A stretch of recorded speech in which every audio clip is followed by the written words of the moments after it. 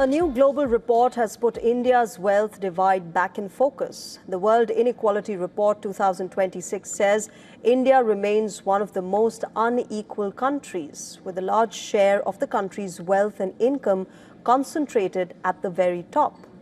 Here are the key findings. The report shows India's richest 10% now hold around 65% of all wealth, while the bottom half owns just 6.4%. The top 1% alone controls 40% of the national wealth. On income too, the gap is sharp. The top 10% capture 58% of the national income, while the bottom 50% get only 15% average wealth. In India, it stands at about $31,530 in terms of purchasing power parity, but for the top 0.001%, the number nearly touches $1.13 billion.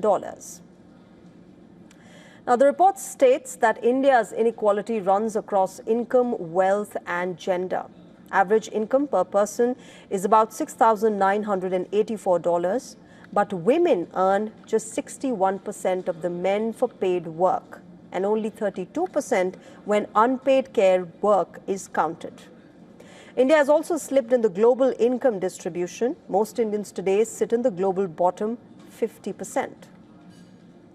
The report, meanwhile, warns that the world's ultra-rich now pay lower effective tax rates than many middle-income households. It calls for higher taxation at the top and stronger public spending on health, education, and social support to reduce the gap. India's wealth gap is higher than most large economies. If we see the United States of America, the top 10% hold about 70% of the wealth, but the bottom half holds more than here in India. In China's top 10%, they hold about 60% of the wealth, which is lower than India, with higher share for the bottom half. But Japan is one of the most equal, as the top 10% hold about 45% of the wealth. On the other hand, in United Kingdom, the top 10% hold 55 to 58%. That's still below India's 65%.